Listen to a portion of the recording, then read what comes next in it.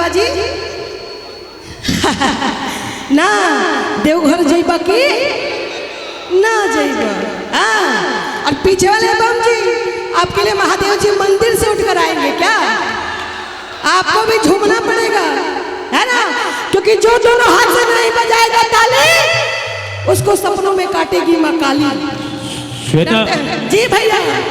श्वेता नीचे बिजली का तार है इसलिए बोलो थोड़ा एक एक हाथ केवल पीछे हट जाती है। एक एक हाथ पीछे करंट लगने की संभावना है। एक एक हाथ पीछे थोड़ा एक हाथ पीछे रहे, है ना? झूम के थोड़ा जोर से, मैं अकेले क्या कर सकती हूँ, सब मिलकर कहेंगे, है ना? है ना? कि आंसू के सावन में